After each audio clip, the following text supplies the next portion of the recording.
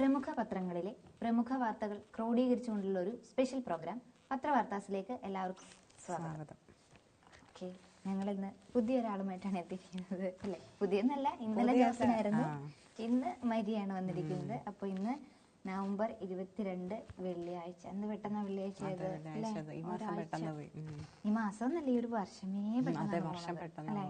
അടുത്ത മാസം ഡിസംബർ കഴിഞ്ഞാൽ പിന്നെ 2025 വർഷം ഇങ്ങനെ പോയിക്കൊണ്ടേയിരിക്കുന്നു, വയസ്സ് കൂടിക്കൊണ്ടേയിരിക്കുന്നു. എന്തായാലും നിങ്ങള് വീണ്ടും എത്തിയിരിക്കുകയാണ്. അപ്പോൾ ഇന്നത്തെ പ്രധാന വാർത്ത എന്താണ്? ഇന്നത്തെ എല്ലാ പത്രങ്ങളിലും പ്രധാനമായിട്ട് കൊടുത്തിരിക്കുന്നത് അദാനിയുടെ കാര്യമാണ്. അത് തന്നെ, നമ്മുടെ കോടീശ്വരൻ അദാനി. സൗരോർജ്ജ കരാറിന് കൈക്കൂലി, ഗൗതം അദാനിക്കെതിരെ അഴിമതിക്കുറ്റം ചുമത്തി US. അദാനി ഗ്രൂപ്പിനും ചെയർമാൻ ഗൗതം അദാനിക്കും അമേരിക്കയിൽ ഷോക്ക്. ഇന്ത്യയിൽ സൗരോർജ്ജ കരാറുകൾ ഉറപ്പാക്കാൻ ഉദ്യോഗസ്ഥർക്ക് കോടിക്കണക്കിന് ഡോളർ കൈക്കൂലി നൽകുകയോ വാഗ്ദാനം ചെയ്യുകയോ ചെയ്തെന്ന ആരോപണത്തിൽ ഗൗതം അദാനി ഉൾപ്പെടെ 8 ആളുകളുടെ പേരിൽ ന്യൂയോർക്ക് ജില്ലാ കോടതി അഴിമതി ചുമത്തി കേസെടുത്തു. ഇന്ത്യയിലെ പദ്ധതികളെക്കുറിച്ച് തെറ്റിദ്ധരിപ്പിക്കുന്ന പ്രസ്താവനകൾ നടത്തി US നിക്ഷേപകരെയും ആഗോള ധനകാര്യ സ്ഥാപനങ്ങളെയും വഞ്ചിച്ചെന്ന പരാതിയിലാണ് നടപടി. അപ്പോൾ ഇന്ത്യയിലെ പദ്ധതികളെക്കുറിച്ച് തെറ്റിദ്ധരിപ്പിക്കുന്ന പ്രസ്താവനകൾ നടത്തിയിട്ടും US നിക്ഷേപകരെയും ആഗോള ധനകാര്യ സ്ഥാപനങ്ങളെയും തെറ്റിദ്ധരിപ്പിക്കുന്ന പ്രസ്താവന നടത്തിയെന്നുള്ള ഇതിലാണ് അദാനിക്കെതിരെ പരാതി വന്നിരിക്കുന്നത്.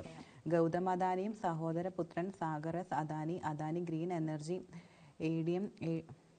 MDയും CEOയുമായ വിനീത് S ജെയിൻ എന്നിവരാണ് കുറ്റം ചുമത്തപ്പെട്ട മറ്റ് പ്രധാനികൾ. സിവിൽ കേസാണ് എടുത്തിരിക്കുന്നത്. ഇതിനൊപ്പം അമേരിക്കൻ നിക്ഷേപകരെ കബളിപ്പിച്ച് ധനസമാഹരണം നടത്തിയെന്ന ആരോപണവുമായി അമേരിക്കൻ സെക്യൂരിറ്റീസ് ആൻഡ് എക്സ്ചേഞ്ച് കമ്മീഷനും കേസെടുത്തിട്ടുണ്ട്. റിപ്പോർട്ട് പുറത്തു വന്നതോടെ വ്യാഴാഴ്ച അദാനി ഗ്രൂപ്പ് ഓഹരികളുടെ വില കൂപ്പുകുത്തി. രാജ്യത്തെ പ്രധാന വിമാനത്താവളത്തിന്റെ വികസനത്തിനായി അദാനി ഗ്രൂപ്പ് ഉണ്ടാക്കിയ കരാർ കെനിയ റദ്ദാക്കി. കെനിയയിൽ വൈദ്യുതി വിതരണത്തിൽ ഉൾപ്പെടുന്ന സ്ഥാപിക്കാനുണ്ടായിരുന്ന കരാറും റദ്ദാക്കിയതായി കെനിയൻ പ്രസിഡന്റ് വില്യം റൂട്ടോയും അറിയിച്ചു. ഗൗതം അദാനിക്കും സാഗർ അദാനിക്കും എതിരെ അറസ്റ്റ് വാറന്റ് പുറപ്പെടുവിച്ചതായി റിപ്പോർട്ടുകളുണ്ട്. ഇത് പക്ഷേ ഇതുവരെ സ്ഥിരീകരിച്ചിട്ടില്ല. അപ്പം ഇത് പക്ഷേ ഈ അദാനിക്കെതിരെ വന്ന ഈ ആരോപണത്തെ നിഷേധിക്കുകയാണ് അദാനി ഗ്രൂപ്പ് ചെയ്തത്. അതെ, അങ്ങനെ വരത്തുള്ളൂ. ആരോപണങ്ങൾ അടിസ്ഥാനരഹിതമാണെന്ന് അദാനി ഗ്രൂപ്പ് വക്താവ് പത്രക്കുറിപ്പിൽ അറിയിച്ചു. ആരോപണങ്ങളെല്ലാം നിഷേധിക്കുന്നു. കുറ്റം തെളിയിക്കപ്പെടുന്നത് വരെ ആരോപണവിധേയർ നിരപരാധികളാണ്. നിയമങ്ങൾ പാലിച്ചുകൊണ്ടാണ് ഗ്രൂപ്പിന്റെ എല്ലാ പ്രവർത്തനങ്ങളുമെന്നും നിക്ഷേപകർക്കും പങ്കാളികൾക്കും ജീവനക്കാർക്കും ഉറപ്പ് നൽകുന്നതായി ഗ്രൂപ്പ് വക്താവിന്റെ പത്രക്കുറിപ്പിൽ പറയുന്നു. അപ്പൊ ആരോപണം പറയുന്നത് 600 കോടി രൂപയുടെ ഏകദേശം 600 കോടി ഡോളർ ആണ് നിക്ഷേപം വരുന്ന സൗരോർജ്ജ പദ്ധതി നടപ്പാക്കാനായിട്ട് അദാനി ഗ്രൂപ്പ് തീരുമാനിച്ചിരിക്കുന്നതെന്നായിരുന്നു. പദ്ധതിയിൽ നിന്നുള്ള സൗര വൈദ്യുതി വിൽക്കാൻ കേന്ദ്ര സർക്കാരിന് കീഴിലുള്ള സോളാർ എനർജി കോർപ്പറേഷൻ ഓഫ് ഇന്ത്യയുമായി കരാറുണ്ടാക്കി. ചെലവ് അധികമായതിനാൽ സംസ്ഥാനങ്ങൾക്ക് ഈ വൈദ്യുതി വാങ്ങുക എളുപ്പമല്ല. ഇത് മറികടക്കാൻ അദാനിയും കൂട്ടാളികളും വിവിധ സംസ്ഥാനങ്ങളിൽ സർക്കാർ ഉദ്യോഗസ്ഥർക്ക് 26.5 കോടി ഡോളർ കൈക്കൂലി നൽകി വാഗ്ദാനം ചെയ്യുകയും ചെയ്തു. 20 വർഷം കൊണ്ട് ഈ കരാറുകളിൽ നിന്ന് 200 കോടി ഡോളർ ലാഭമുണ്ടാക്കണമെന്ന് കരുതിയാണ് ഇങ്ങനെ ചെയ്തത്. അപ്പം 600 കോടി ഡോളറിന്റെ വരുമാനത്തിൽ അവർ നിക്ഷേപം സൗരോർജ്ജ പദ്ധതിക്കായിട്ടാണ് തീരുമാനിച്ചിരുന്നത്. അതിൽ ഇത് സംസ്ഥാനങ്ങൾക്ക് ഈ വൈദ്യുതി വാങ്ങുക അത്ര എളുപ്പമല്ലാത്തതിനാൽ മറ്റ് വിവിധ സംസ്ഥാനങ്ങളിലുള്ള കൂട്ടാളികളുമായിട്ട് സർക്കാർ ഉദ്യോഗസ്ഥർക്ക് 26.5 കോടി രൂപ കൈക്കൂലി നൽകി. അതിൽ നിന്ന് 20 വർഷം കൊണ്ട് 200 കോടി രൂപ ഉണ്ടാക്കാം എന്നുള്ള ഒരു ഉദ്ദേശത്തിലാണ് അദ്ദേഹം ഇങ്ങനെ ചെയ്തതെന്നാണ് ആരോപണം ഉന്നയിച്ചിരിക്കുന്നത്. അപ്പം രാഹുൽ ഗാന്ധി പറയുന്നത് അദ്ദേഹത്തിന് ഇങ്ങനെ ഒരു ആരോപണം വന്നിട്ടും എന്ത് കേസൊന്നും എടുക്കുന്നില്ല. രാഹുൽ ഗാന്ധി നേരത്തെ തന്നെ പറയുന്നുണ്ട്, മോദി അദാനിയുടെ വലിയ സുഹൃത്താണ്, അദാനിക്ക് വളരാനുള്ള എല്ലാം ഇത് മോദിയാണ് ചെയ്തു കൊടുക്കുന്നതെന്നൊക്കെ പലവിധ ആരോപണങ്ങളും രാഹുൽ ഗാന്ധി ഉന്നയിച്ചിട്ടുണ്ട്. ഇപ്പൊ വീണ്ടും രാഹുൽ ഗാന്ധി പറയുന്ന അദാനിയെ സംരക്ഷിക്കുന്നത് മോദി തന്നെയാണെന്ന്. കാരണം അദാനി എന്ത് തെറ്റ് ചെയ്താലും അദ്ദേഹത്തെ ഒന്നും ചെയ്യില്ല. കാരണം പ്രധാനമന്ത്രി നരേന്ദ്രമോദിയാണ് അദ്ദേഹത്തിന് പൂർണ്ണ സംരക്ഷണം നൽകുന്നത്. അപ്പൊ പ്രധാനമന്ത്രി സംരക്ഷണം നൽകുന്നത് കൊണ്ട് തന്നെ അദാനിയെ ഒന്നും ചെയ്യില്ല, അല്ലെങ്കിൽ അറസ്റ്റ് ചെയ്യില്ല, അദ്ദേഹത്തിന് സംരക്ഷണം ഉണ്ട് എന്നാണ് രാഹുൽ ഗാന്ധി പറയുന്നത്. ഇന്ത്യൻ നിയമങ്ങളും അമേരിക്കൻ നിയമങ്ങളും അദാനി ലംഘിച്ചു എന്നത് ഇപ്പോൾ വളരെ വ്യക്തമാണ്. അപ്പം രാഹുൽ ഗാന്ധി പറയുന്നത് ഇന്ത്യൻ നിയമവും അമേരിക്കൻ നിയമവും അദാനി ലംഘിച്ചിട്ടുണ്ട്. എങ്കിലും എന്തുകൊണ്ടാണ് അദാനി ഈ രാജ്യത്ത് സ്വതന്ത്രനായി നടക്കുന്നത്? അപ്പം രണ്ട് രാജ്യങ്ങളിലെ നിയമലംഘനം നടത്തിയിട്ടും, അതായത് ഇന്ത്യയിൽ നിയമലംഘനം നടത്തിയിട്ടും എന്തുകൊണ്ട് അദ്ദേഹം ഇപ്പോഴും സ്വതന്ത്രനായിട്ട് നടക്കുന്നു? അതിന്റെ കാരണം മറ്റൊന്നുമല്ല, പ്രധാനമന്ത്രി ഇദ്ദേഹത്തിന് സംരക്ഷണം ഒരുക്കുന്നു. അതായത് പ്രധാനമന്ത്രിയുടെ സംരക്ഷണ നിഴലിലാണ് അദാനി കഴിയുന്നത് എന്നാണ്. അപ്പം അതായത് അദാനിയെ അറസ്റ്റ് ചെയ്താൽ എന്ത് സംഭവിക്കും? പ്രധാനമന്ത്രിയെയും അറസ്റ്റ് ചെയ്യും. അതുകൊണ്ട് തന്നെയാണ് അദ്ദേഹം അദാനിയെ സംരക്ഷിക്കുന്നത് എന്നാണ് രാഹുൽ ഗാന്ധി പറയുന്നത്. വിഷയത്തിൽ സംയുക്ത പാർലമെന്ററി അന്വേഷണം വേണമെന്നും രാഹുൽ ആവശ്യപ്പെട്ടു. പ്രധാനമന്ത്രിയുടെ വിശ്വാസ്യത പൂർണ്ണമായും നഷ്ടപ്പെട്ടുവെന്നും കോൺഗ്രസ് ആസ്ഥാനത്ത് നടത്തിയ വാർത്താ സമ്മേളനത്തിൽ രാഹുൽ പറഞ്ഞു. കോൺഗ്രസും മറ്റു പ്രതിപക്ഷ പാർട്ടികളും ഭരിക്കുന്ന സംസ്ഥാനങ്ങളിൽ അദാനി ഗ്രൂപ്പുമായി കരാറിൽ ഏർപ്പെട്ടിരിക്കുന്ന സാഹചര്യത്തിൽ അത്തരം ഇടപാടുകളെക്കുറിച്ച് അന്വേഷണത്തിന് തയ്യാറാണെന്ന് രാഹുൽ പറഞ്ഞു. പക്ഷേ അന്വേഷണം ആരംഭിക്കേണ്ടത് അദാനിയിൽ നിന്നാണ്. അദ്ദേഹത്തെയും അഴിമതിയുമായി ബന്ധപ്പെട്ടവരെയും അറസ്റ്റ് ചെയ്ത് ചോദ്യം ചെയ്യണം. ഒടുവിൽ മോദിയുടെ പേരും പുറത്തുവരും. കാരണം BJPയുടെ ഫണ്ടിംഗ് മുഴുവനും അദാനിയിൽ ആശ്രയിച്ചിരിക്കുന്നു. അദാനിയും മോദിയും ഇന്ത്യയെ ഹൈജാക്ക് ചെയ്തെന്നും രാഹുൽ ആരോപിച്ചപ്പോൾ രാഹുൽ ഗാന്ധി പറയുന്നതും അദാനി എന്തൊക്കെ ചെയ്തെങ്കിലും അതിന്റെ എല്ലാം പൂർണ്ണ ഉത്തരവാദിത്തം പ്രധാനമന്ത്രിക്കാണ്. അദ്ദേഹം അല്ലെങ്കിൽ പിന്നെ നിയമലംഘനം നടത്തിയിട്ട് എന്തുകൊണ്ട് അദാനി ഇപ്പോഴും സ്വതന്ത്രനായിട്ട് നടക്കുന്നു? അല്പം അദാനിയെ പോലീസ് പിടിച്ചാൽ ഉറപ്പായിട്ടും അറസ്റ്റ് ചെയ്താൽ പ്രധാനമന്ത്രിക്കും അറസ്റ്റ് ഉണ്ടാകും. പിന്നെ BJPയുടെ മുഴുവൻ ഫണ്ടിങ്ങും കൈകാര്യം ചെയ്യുന്നത്, മുഴുവൻ ഫണ്ടും ആശ്രയിച്ചിരിക്കുന്നത് അദാനി ഗ്രൂപ്പിലാണ്. അതുകൊണ്ട് തന്നെ അദാനിയെ അറസ്റ്റ് ചെയ്യാൻ അല്ലെങ്കിൽ അദ്ദേഹത്തിനെതിരെ കേസെടുക്കാനൊന്നും തയ്യാറാവില്ല എന്നാണ് രാഹുൽ ഗാന്ധി പറയുന്നത്. പിന്നെ ആന്ധ്രാപ്രദേശിലും തമിഴ്നാട്ടിലും അഴിമതി നടത്തിയിട്ടുണ്ട്. അതെല്ലാം അദാനിക്ക് വേണ്ടിയാണെന്നാണ് പറയുന്നത്.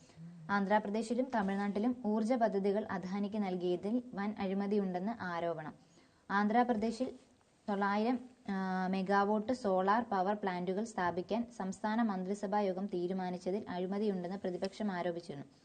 ആന്ധ്ര മുൻ മുഖ്യമന്ത്രി ജഗൻമോഹൻ റെഡ്ഡിയും അദാനിയുമായുള്ള ചർച്ചകളെ തുടർന്നാണ് അഴിമതിക്ക് കളമൊരുക്കിയതെന്നാണ് പരാതി. ഗുണനിലവാരം കുറഞ്ഞ കൽക്കരി ഇറക്കുമതി ചെയ്ത് 3 ഇരട്ടി വിലയ്ക്ക് തമിഴ്നാട് സർക്കാരിന്റെ ഊർജ്ജ ഉൽപാദന വിതരണ കമ്പനിയായ ടാൻഗൻഡയ്ക്ക് അദാനി കമ്പനി മറിച്ചു വിറ്റുവെന്ന് വൻ അഴിമതി ഉണ്ടെന്ന ആരോപണത്തെക്കുറിച്ച് കഴിഞ്ഞ ജൂലൈയിൽ തമിഴ്നാട്ടിലെ വിജിലൻസ് അന്വേഷണം ഉത്തരവിട്ടു. അപ്പം ആന്ധ്രാപ്രദേശിലും തമിഴ്നാട്ടിലുമുള്ള ഊർജ്ജ പദ്ധതികളിൽ അദാനിക്ക് നൽകിയതിൽ വൻ അഴിമതി ഉണ്ടെന്നാണ് ആരോപണം. അപ്പം ആന്ധ്രാപ്രദേശിലും തമിഴ്നാട്ടിലും അദാനിയുടെ പേരിൽ അല്ലെങ്കിൽ അദാനി അഴിമതി നടത്തിയിട്ടുണ്ട്. പിന്നെ നമ്മുടെ ട്രംപ് ആണെങ്കിൽ അദാനിക്ക് നിക്ഷേപ വാഗ്ദാനം നൽകിയിട്ടുണ്ടെന്ന് പറഞ്ഞു. ഇപ്പൊ ട്രംപും മോദിയും തമ്മിലൊരു നല്ല സുഹൃത്ത് ബന്ധമായതുകൊണ്ട് ഇവർ തമ്മിലും ആ ഒരു ഇത് കാണാം. കാരണം മോദിയും അദാനിയും തമ്മിൽ നല്ല ഒരു ബന്ധമുണ്ടെന്നാണല്ലോ പറയുന്നത്. അപ്പം ട്രംപുമായിട്ടും ഒരു സൗഹൃദ ബന്ധം ഇവർക്ക് കാണും. അപ്പൊ ട്രംപ് അദാനിക്ക് നിക്ഷേപ വാഗ്ദാനം നൽകിയിട്ടുണ്ടെന്നും പറയുന്നുണ്ട്. ഗൗതം അദാനിക്കെതിരായ കുറ്റാരോപണങ്ങൾ പുറത്തു വന്ന ദിവസം തന്നെ നിയുക്ത അമേരിക്കൻ പ്രസിഡന്റ് ഡൊണാൾഡ് ട്രംപിനെ അഭിനന്ദിച്ചുകൊണ്ട് ഹരിതോർജ്ജ ഉൽപാദനത്തിൽ പുതിയ നിക്ഷേപം അദാനി പ്രഖ്യാപിച്ചു. അപ്പൊ ഈ കുറ്റകൃത്യം, അതായത് കുറ്റാരോപണം വന്ന അതേ ദിവസം നമ്മുടെ ട്രംപിന്റെ കൂടെയുള്ള ട്രംപിനെ അഭിനന്ദിച്ചുകൊണ്ട് ഹരിതോർജ്ജ ഉൽപാദനത്തിൽ, അതായത് ഗ്രീൻ എനർജിയിൽ പുതിയ നിക്ഷേപം അദാനി പ്രഖ്യാപിച്ചിരിക്കുകയാണ്. ഊർജ്ജ നിയന്ത്രണങ്ങൾ നീക്കുമെന്ന ട്രംപിന്റെ പ്രഖ്യാപനങ്ങളും അദാനിയുടെ വാഗ്ദാനങ്ങളും തമ്മിൽ ബന്ധമുണ്ടെന്നാണ് വിലയിരുത്തൽ. ട്രംപിനെ അഭിനന്ദിക്കുന്ന അദാനിയുടെ ട്വീറ്റ് മുൻകൂർ ജാമ്യാപേക്ഷയാണെന്ന് പ്രതിപക്ഷ നേതാക്കൾ പരിഹസിച്ചു. അപ്പൊ ഈ ഒരു കുറ്റാരോപണം നടക്കുന്ന സമയത്ത് തന്നെ അദ്ദേഹം നിക്ഷേപ വാഗ്ദാനം നൽകിയിരിക്കുകയാണ്. പിന്നെ കുറ്റാരോപണത്തിന് മണിക്കൂറുകൾക്ക് മുമ്പ് അമേരിക്കയിലെ ബോണ്ട് വിൽപ്പനയിലൂടെ അദാനി ഗ്രൂപ്പ് സമാഹരിക്കാൻ ലക്ഷ്യമിട്ടത് $6,000 ലക്ഷം. എന്നാൽ കുറ്റപത്രത്തിന്റെ അടിസ്ഥാനത്തിൽ അദാനി ഗ്രീൻ എനർജി ലിമിറ്റഡ് നിർദ്ദിഷ്ട $6,000 ലക്ഷം മൂല്യമുള്ള ബോണ്ട് ഇഷ്യൂ നിർത്തിവെച്ചതായി അദാനി കമ്പനി പ്രഖ്യാപിച്ചപ്പം എല്ലാ വശത്തൂടെ നോക്കുമ്പം അഴിമതി തന്നെയാണ് പറയുന്നത്. പിന്നെ ആരോപണങ്ങൾ എല്ലാം മോദിയെ തകർക്കാനാണെന്നും BJP പറയുന്നുണ്ട്. അതായത് മോദിയും നമ്മുടെ അദാനിയും തമ്മിലുള്ളൊരു ബന്ധമുള്ളത് കൊണ്ട് ഇതുവഴി മോദിയെ എങ്ങനെയെങ്കിലും തകർക്കാനുള്ള ശ്രമമാണ് നടത്തുന്നത് എന്നാണ് BJP പറയുന്നത്. പ്രധാനമന്ത്രി നരേന്ദ്രമോദിയെ ലക്ഷ്യമിട്ടുള്ള പ്രതിപക്ഷത്തിന്റെ ദീർഘകാല ശ്രമത്തിന്റെ ഭാഗമായാണ് മോദി അദാനി ബന്ധം ആരോപിക്കുന്നതെന്നും BJP MPയും ദേശീയ വക്താവുമായ സാംബിത് പത്ര BJP ആസ്ഥാനത്ത് നടത്തിയ വാർത്താ സമ്മേളനത്തിൽ. അപ്പം പ്രധാനമന്ത്രി നരേന്ദ്രമോദിയെ ലക്ഷ്യമിട്ടുകൊണ്ടാണ്, അതായത് അദ്ദേഹത്തിന്റെ ദീർഘകാല ശ്രമമാണ് അദ്ദേഹത്തിനെ എങ്ങനെയെങ്കിലും തകർക്കുക, പ്രധാനമന്ത്രി പദത്തിൽ നിന്നും ഒഴിവാക്കുക എന്നുള്ളത്. അപ്പൊ അതിന്റെ ഭാഗമായിട്ടാണ് ഇപ്പൊ അദാനി മോദി ബന്ധം ആരോപിക്കുന്നതെന്നാണ് BJPയുടെ ദേശീയ വക്താവ് പറയുന്നത്. ആരോപണത്തിൽ വിശദീകരണം നൽകേണ്ടതും പ്രതികരിക്കേണ്ടതും കമ്പനിയാണ്.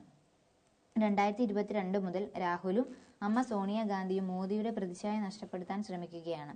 അപ്പം 2022 മുതലേ സോണിയാഗാന്ധിയും രാഹുലും കൂടി മോദിയുടെ പ്രതിച്ഛായ നശിപ്പിക്കാൻ ശ്രമിക്കുകയാണ്. അതുപോലെ തന്നെ ഇങ്ങനെയുള്ള ആരോപണത്തിന് ഉത്തരം നൽകേണ്ടത് കമ്പനിയാണെന്നും പറയുന്നുണ്ട്. എന്നാൽ ഇതുവരെ ഫലമുണ്ടായില്ല. അതായത് മോദിയെ തകർക്കാനുള്ള ഫലം അവര് കൈവരിക്കാൻ പറ്റിയിട്ടില്ലെന്നാണ് പറയുന്നത്. മോദി പ്രധാനമന്ത്രിയായതോടെ ഇന്ത്യൻ സമ്പദ് വ്യവസ്ഥ ശക്തി പ്രാപിക്കുന്നത് കോൺഗ്രസിന് സഹിക്കാൻ കഴിയില്ല. ആരോപണങ്ങൾ ഉന്നയിച്ച രാഹുൽ ഇന്ത്യൻ സമ്പദ് വ്യവസ്ഥയെ തകർക്കാനുള്ള ശ്രമമാണ് നടത്തുന്നതെന്നും അദ്ദേഹം പറഞ്ഞു. അപ്പം ഇത്രയും നാളും അതായത് പ്രധാനമന്ത്രി ആയതിനു ശേഷം മോദി പ്രധാനമന്ത്രി ആയതിനു ശേഷം ഇന്ത്യയുടെ സമ്പദ് വ്യവസ്ഥ ശക്തി പ്രാപിക്കുന്നുണ്ടെന്നാണ് BJP വക്താവ് പറയുന്നത്. അപ്പൊ അതിനെ തകർക്കാനായിട്ടാണ് അത് ഇഷ്ടപ്പെടുന്നില്ല രാഹുൽ ഗാന്ധിക്ക് എന്നാണ് പറയുന്നത്. അപ്പൊ ചുരുക്കം പറഞ്ഞാൽ ഇദ്ദേഹത്തിന്റെ അറസ്റ്റ് ഒന്നും ഇതുവരെ രേഖപ്പെടുത്തിയിട്ടില്ല. ജസ്റ്റ് ആരോപണം ഉന്നയിച്ച അന്വേഷണം US നിയമപ്രകാരം വഴി നടത്തുമെന്നും പറയുന്നുണ്ട്. വിദേശ അഴിമതി ആരോപണങ്ങളിൽ അമേരിക്കൻ വിപണിയുമായിട്ട് ബന്ധമുണ്ടെങ്കിൽ അത് അന്വേഷിക്കാനായിട്ട് US നിയമം അനുവദിക്കുന്നുണ്ട്. അപ്പം വിദേശ അഴിമതിയിൽ ഉണ്ടെങ്കിൽ അമേരിക്കൻ വിപണിയുമായിട്ടുണ്ടെങ്കിൽ അത് അവരുടെ രീതിയിൽ അന്വേഷിക്കുമെന്ന് പറഞ്ഞിട്ടുണ്ട്. അപ്പം നിക്ഷേപകരോടും ബാങ്കുകളോടും കള്ളം പറയാനും നീതി തടസ്സപ്പെടുത്താനും കൂടിയാണ് $2,500 ലക്ഷം അഴിമതി പദ്ധതി അദാനി കമ്പനി തയ്യാറാക്കിയെന്ന് കുറ്റപത്രം വ്യക്തമാക്കുന്നതായി deputy assistant attorney general Lisa H. Miller പറഞ്ഞു. 2020-നും 2024-നും ഇടയിൽ നടന്ന ഈ പദ്ധതി മുന്നോട്ട് കൊണ്ടുപോകാൻ അദാനി തന്നെ ഇന്ത്യയിലെ ഒരു സർക്കാർ ഉദ്യോഗസ്ഥനെ കണ്ടു. കൈക്കൂലി പദ്ധതിയിൽ വ്യക്തിപരമായ അദാനിക്ക് പങ്കുള്ളതിന്റെ തെളിവുകളുണ്ടെന്ന് US അറ്റോർണി ഓഫീസ് പ്രസ്താവനയിൽ പറയുന്നു. അപ്പം എന്തായാലും US വഴിയും ഇദ്ദേഹത്തിന് അന്വേഷണം ഉണ്ടാകുമെന്നും നിയമപ്രകാരം അനുവദിക്കുന്നുണ്ട്. അപ്പൊ അവരവരുടേതായ രീതിയിലും അന്വേഷിക്കും. നമ്മുടെ ഇന്ത്യയിലും അത് തന്നെ ഉണ്ടെങ്കിൽ അറിയാൻ പറ്റും എന്തായിരിക്കുമെന്ന്. ഓക്കെ, നമുക്ക് അടുത്ത വാർത്തയിലേക്ക് പോയാലോ? അടുത്ത വാർത്ത നമ്മുടെ സജി ചെറിയാൻ വീണ്ടും കുരുക്കിലേക്ക് പോയിക്കൊണ്ടിരിക്കുകയാണ്. കഴിഞ്ഞ പ്രാവശ്യം ഇതുപോലൊരു ആരോപണം ഉണ്ടായി, അദ്ദേഹം രാജിയൊക്കെ വെച്ചതാണ്. പക്ഷെ ഇപ്രാവശ്യം ഇതുപോലൊരു ആരോപണം വന്നിരിക്കുകയാണ്. പക്ഷെ അദ്ദേഹം ഇപ്രാവശ്യം രാജിവെക്കില്ല എന്ന് ഉറപ്പിച്ചു പറഞ്ഞിരിക്കുകയാണ്. അന്വേഷണം മന്ത്രി സജി ചെറിയാൻ ഭരണഘടനയെ അധിക്ഷേപിച്ചെന്ന കേസിൽ സംസ്ഥാന ക്രൈംബ്രാഞ്ച് തുടരന്വേഷണം നടത്താൻ ഹൈക്കോടതി ഉത്തരവ്. തുടരന്വേഷണം ആവശ്യമില്ലെന്ന Thiruvalla judicial first class magistrate കോടതി ഉത്തരവ് റദ്ദാക്കിയാണ് ജസ്റ്റിസ് ബെച്ചു കുര്യൻ തോമസിന്റെ ഉത്തരവ്. ഭരണഘടനയോട് അനാദരവ് കാണിക്കുകയെന്ന ലക്ഷ്യം സജി ചെറിയാൻ ഇല്ലായിരുന്നെന്ന കീഴ്വായ്പൂര് പോലീസിന്റെ അന്തിമ റിപ്പോർട്ടിന്റെ അടിസ്ഥാനത്തിലായിരുന്നു തിരുവല്ല കോടതിയുടെ ഉത്തരവ്. സത്യസന്ധനായ ഉദ്യോഗസ്ഥനെ അന്വേഷണം ഏൽപ്പിക്കാൻ സംസ്ഥാന പോലീസ് മേധാവിയോട് നിർദ്ദേശിച്ച കോടതി താമസമില്ലാതെ അന്വേഷണം പൂർത്തിയാക്കണമെന്നും ആവശ്യപ്പെട്ടു. പോലീസിന്റെ അന്തിമ റിപ്പോർട്ട് റദ്ദാക്കണമെന്നും പുനരന്വേഷണം CBI ഏൽപ്പിക്കണമെന്നും ആവശ്യപ്പെട്ട് അഭിഭാഷകനായ ബൈജു നോയൽ നൽകിയ ഹർജിയിലാണ് ഉത്തരവ്. അപ്പം അദ്ദേഹം എന്തോ ഭരണഘടനയെ അപമാനിച്ചു എന്ന രീതിയിൽ പറഞ്ഞിട്ടാണ് അദ്ദേഹത്തിനെതിരെ കേസ് എടുത്തിരിക്കുന്നത്. അപ്പം അന്ന് ഈ കേസ് റിപ്പോർട്ട് കൊടുത്തപ്പം ഇദ്ദേഹം അങ്ങനെ ചെയ്തിട്ടില്ല എന്നായിരുന്നു കീഴ്വായ്പൂര് പോലീസ് നൽകിയിരുന്ന റിപ്പോർട്ട്. അപ്പൊ അതിന്റെ അടിസ്ഥാനത്തിൽ മജിസ്ട്രേറ്റ് കോടതി കേസിന്റെ തുടരന്വേഷണത്തെ കുറിച്ച് ആവശ്യമില്ലെന്ന് പറഞ്ഞിരുന്നു. പക്ഷെ ഇപ്പം ഹൈക്കോടതി പറയുന്നത് തുടരന്വേഷണം വേണമെന്നാണ്. പുനരന്വേഷണത്തിനുള്ള സാഹചര്യങ്ങളില്ലെന്ന് കോടതി വിലയിരുത്തി. അന്വേഷണത്തിൽ പോലീസിനും അന്തിമ റിപ്പോർട്ട് സ്വീകരിച്ചതിൽ മജിസ്ട്രേറ്റ് കോടതിക്കും വീഴ്ച സംഭവിച്ചു. പ്രതി സംസ്ഥാന മന്ത്രിയായതിനാല് സ്റ്റേഷൻ ഹൌസ് ഓഫീസറുടെ അന്വേഷണം പോരെന്നും ഉയർന്ന ഏജൻസി വേണമെന്നും അഭിപ്രായപ്പെട്ട് ക്രൈംബ്രാഞ്ചിന്റെ അന്വേഷണത്തിന് നിർദ്ദേശം നൽകിയത്. അപ്പൊ 2022 ജൂലൈ 3 തിരുവല്ലയിൽ നടത്തിയുള്ള ഒരു വിവാദ പ്രസംഗത്തിൽ ഭരണഘടനയെ അധിക്ഷേപിച്ചു, അതുപോലെ തന്നെ ദേശീയ ചിഹ്നത്തെ ഉൾപ്പെടെ അപമാനിച്ചു, തടയുന്ന നിയമപ്രകാരമുള്ള കുറ്റം ചെയ്തെന്നും കാട്ടിയാണ് അന്ന് കേസ് എടുത്തിരുന്നത്. അപ്പം അന്ന് അദ്ദേഹം രാജിവെച്ചിരുന്നു. 3 വർഷം വരെ തടവും പിഴയും ലഭിക്കാവുന്ന കുറ്റമാണിത്. സജി ചെറിയാൻ മന്ത്രിസ്ഥാനം ഉടൻ രാജിവെക്കണമെന്നാണ് പ്രതിപക്ഷം ആവശ്യപ്പെടുന്നത്. അപ്പൊ എന്തായാലും എതിർ പാർട്ടിക്ക് എന്തെങ്കിലും ഒരു പ്രശ്നം വരുമ്പം അവർ ഓട്ടോമാറ്റിക്കലി അങ്ങനെയല്ലേ പറയുള്ളൂ. പക്ഷെ സജി ചെറിയാൻ പറയുന്നത് അദ്ദേഹം രാജിവെക്കില്ല, ഹൈക്കോടതി ഉത്തരവിന്റെ അടിസ്ഥാനത്തിൽ രാജിവെക്കില്ല. എന്റെ പ്രസംഗത്തെക്കുറിച്ചല്ല, കേസ് അന്വേഷണത്തെ കുറിച്ചാണ് കോടതി പറഞ്ഞത്. എന്റെ ഭാഗം കൂടി നീതി എന്ന നിലയിൽ കേൾക്കേണ്ടിയിരുന്നു. ഞാൻ കുറ്റക്കാരനാണെന്ന് ഒരു കോടതിയും പറഞ്ഞിട്ടില്ല. അപ്പൊ അദ്ദേഹം പറയുന്നത് ഹൈക്കോടതിയുടെ ഉത്തരവിന്റെ പേരിൽ അദ്ദേഹം രാജിവെക്കില്ല, കാരണം അദ്ദേഹത്തിന്റെ പ്രസംഗത്തെക്കുറിച്ചല്ല, കേസ് അന്വേഷണത്തെക്കുറിച്ചാണ് കോടതി പറഞ്ഞത്. അന്ന് അദ്ദേഹം പ്രസംഗിച്ചത് ഇന്ത്യയിൽ ഏറ്റവും കൂടുതൽ ജനങ്ങളെ കൊള്ളയടിക്കാൻ പറ്റിയ ഭരണഘടനയാണ് എഴുതി വെച്ചിരിക്കുന്നത്. ബ്രിട്ടീഷുകാരൻ പറഞ്ഞു തയ്യാറാക്കി കൊടുത്ത ഒരു ഭരണഘടന ഇന്ത്യക്കാരൻ എഴുതി വെച്ചു. അത് ഈ രാജ്യത്തെ 75 വർഷമായി നടപ്പിലാക്കുന്നു. ഇന്ത്യൻ ഭരണഘടനയിൽ മതേതരത്വം, ജനാധിപത്യം, കുന്തം, കൊടചക്രം എന്നിങ്ങനെയുണ്ട്. ഇങ്ങനെ പറയുമ്പോൾ എന്തായാലും നമ്മൾ ഭരണഘടനയെ അധിക്ഷേപിക്കുന്ന രീതിയിലാണല്ലോ. പക്ഷെ അത് അദ്ദേഹം പറഞ്ഞതാണോ എന്ന് നമുക്ക് ഉറപ്പില്ല. കാരണം നമ്മൾ കേട്ടറിവാണ്, ഇപ്പം അത് സത്യമാണോ എന്ന് നമുക്ക് പറയാൻ പറ്റില്ല. പിന്നെ CPM സെക്രട്ടേറിയറ്റ് ഇന്ന്, അതായത് ഭരണഘടനാ വിരുദ്ധ പ്രസംഗത്തിൽ മന്ത്രി സജി ചെറിയാൻ വീണ്ടും പ്രതിക്കൂട്ടിലായിരിക്കുകയാണ്. അപ്പൊ ആ സന്ദർഭത്തിൽ CPM സംസ്ഥാന സെക്രട്ടേറിയറ്റ് യോഗം ഇന്ന് ചേരും. AKG സെന്ററിൽ രാവിലെ ഇടതുമുന്നണി യോഗം ഉണ്ടാകും. ഇപ്പൊ 2022 ഈ വാദത്തെക്കുറിച്ചാണ്, പ്രസംഗ വിവാദത്തെക്കുറിച്ചാണ് ഇപ്പൊ വീണ്ടും അദ്ദേഹം കുരുക്കിലായിരിക്കുന്നത്. അപ്പൊ മന്ത്രിസ്ഥാനം രാജിവെക്കേണ്ട എന്നാണ് തീരുമാനിച്ചിരിക്കുന്നത്. എന്നാൽ പാർട്ടി കേന്ദ്ര നേതൃത്വം ശക്തമാകുന്നതോടെ അന്ന് വൈകിട്ട് തന്നെ രാജിവെക്കേണ്ടത്. അപ്പൊ അന്ന് അദ്ദേഹം രാജിവെക്കുന്നില്ല എന്ന് തീരുമാനിച്ചിരുന്നതാണ്. പക്ഷെ അന്ന് പാർട്ടി കേന്ദ്രം ശക്തമായിട്ട് ഇടപെട്ടതിനാൽ അദ്ദേഹം അന്ന് രാജിവെച്ചിരുന്നു. പക്ഷെ ഇപ്പം എന്തായാലും രാജിവെക്കില്ല എന്ന് തന്നെയാണ് പറയുന്നത്. വിവാദ വിഭാഗം ഇങ്ങനെ: മനോഹരമായ ഭരണഘടനയാണ് ഇന്ത്യയിൽ എഴുതി വെച്ചിരിക്കുന്നതെന്ന് എല്ലാവരും പറയും. ഞാൻ പറയും, ഏറ്റവും കൂടുതൽ ജനങ്ങളെ കൊള്ളയടിക്കാൻ പറ്റിയ ഭരണഘടനയാണ് എഴുതി വെച്ചിരിക്കുന്നത്. ഇപ്പൊ നമ്മൾ ആ പത്രത്തിൽ പറഞ്ഞത് തന്നെ ഇവിടെയും പറയുന്നത്, ബ്രിട്ടീഷുകാരൻ പറഞ്ഞത് കൊടുത്ത ഒരു ഭരണഘടന ഇന്ത്യക്കാർ എഴുതി വെച്ചു. ഇതിന്റെ മുക്കിലും മൂലയിലുമെല്ലാം കുറച്ച് നല്ല കാര്യങ്ങൾ എന്ന പേരിൽ ജനാധിപത്യം, മതേതരത്വം, കുന്തം, കുടചക്രം എന്നെല്ലാം എഴുതി വെച്ചെന്നല്ലാതെ സാധാരണക്കാരെ ചൂഷണം ചെയ്യുക എന്നത് മാത്രമാണ് ഇതിന്റെ ഉദ്ദേശം എന്നാണ് അദ്ദേഹം അന്ന് പറഞ്ഞതെന്നാണ് പറയുന്നത്. അപ്പൊ ഈ കുന്തം, കുടചക്രം അർത്ഥം എന്ത്? അതായത് ജനങ്ങളെ കൊള്ളയടിക്കാൻ പറ്റിയ ഭരണഘടന, മതേതരത്വം, ജനാധിപത്യം, കുന്തം, കൊടചക്രം എന്നിവയുടെ അർത്ഥം എന്തെന്ന് കോടതി ചോദിച്ചെങ്കിലും പ്രോസിക്യൂഷൻ ഡയറക്ടർ ജനറലിന് വിശദീകരിക്കാനായില്ല. അപ്പം അന്ന് നമ്മുടെ കോടതി ചോദിച്ചിരുന്നു ഇതിന്റെയൊക്കെ അർത്ഥം എന്താണെന്ന്. പക്ഷെ പ്രോസിക്യൂട്ടറിന് അത് വിശദീകരിക്കാനായിട്ട് കഴിഞ്ഞില്ല. കുന്തമെന്നും ഒരുതരം പടക്കമെന്നുമാണ് ഒറ്റയ്ക്ക് ഈ വാക്കുകളുടെ അർത്ഥമെന്ന് ഡയറക്ടർ ജനറൽ പറഞ്ഞു. എന്നാൽ ഇവ രണ്ടും ഒരുമിച്ച് പറയുമ്പോൾ ബഹുമാനപൂർവ്വമാണ് ഉപയോഗിച്ചതെന്ന് പറയാൻ ആവില്ലെന്നും കോടതി പറഞ്ഞു. പിന്നെ ഭരണഘടനാ ശില്പിയുടെ വാക്കുകളോടെയാണ് വിധി. ഭരണഘടനാ ശില്പി ഡോക്ടർ BR അംബേദ്കറുടെ വാക്കുകൾ ഉദ്ധരിച്ചാണ് കോടതി ഉത്തരവ് ആരംഭിച്ചത്. ഭരണഘടന കേവലം അഭിഭാഷകർക്കായുള്ള രേഖ മാത്രമല്ല, അത് ജീവനാഡിയും കാലികവുമാണ്. ഏതെങ്കിലും കാര്യങ്ങൾ വീഴ്ചയുണ്ടെങ്കിൽ അതിന് ഭരണഘടനയെ പഴി പറയേണ്ട, അത് നമ്മുടെ വീഴ്ചയായി കാണാനാകൂ എന്ന വാക്കുകളാണ് ഉദ്ധരിച്ചത്. അപ്പം പലരും അദ്ദേഹം രാജിവെക്കണമെന്നും പറഞ്ഞ് മുന്നോട്ട് വന്നിട്ടുണ്ട്.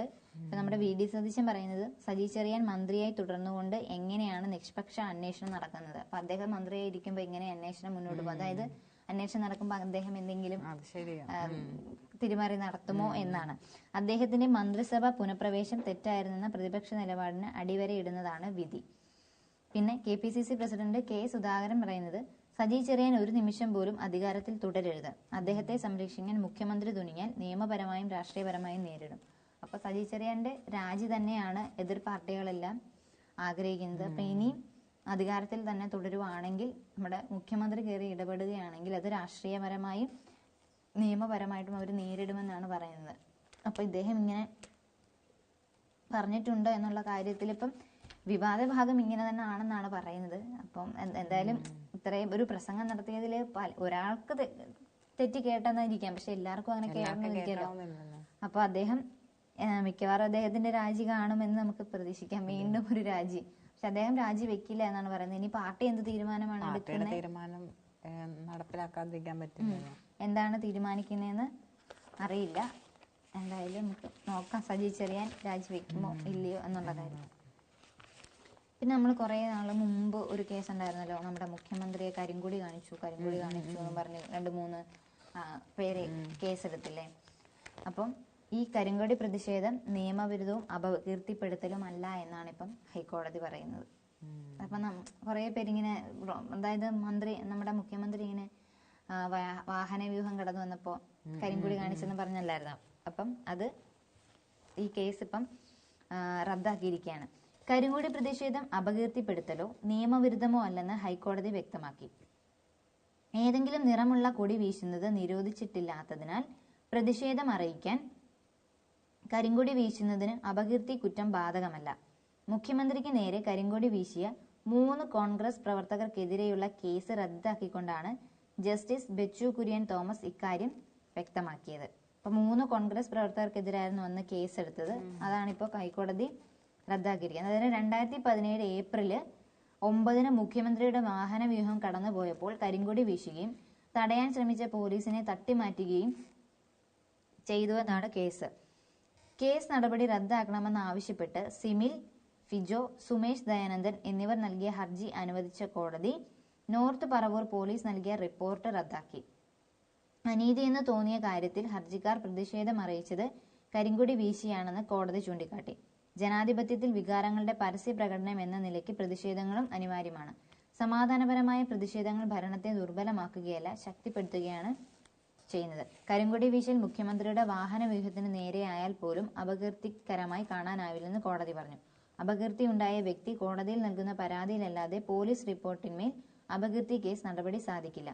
ഔദ്യോഗിക നിർദ്ദേശം ലംഘിച്ചു, പൊതുവഴി തടസ്സപ്പെടുത്തി, പോലീസിന്റെ ജോലി തടസ്സപ്പെടുത്തി തുടങ്ങിയ മറ്റു കുറ്റങ്ങളും നിലനിൽക്കില്ലെന്ന് കോടതി വ്യക്തമാക്കി. അപ്പം ഇദ്ദേഹം അല്ല അന്ന് കേസ് കൊടുത്തത്, പോലീസിന്റെ റിപ്പോർട്ടിന്റെ അടിസ്ഥാനത്തിലാണ് ഇവർക്കെതിരെ കേസെടുത്തത്.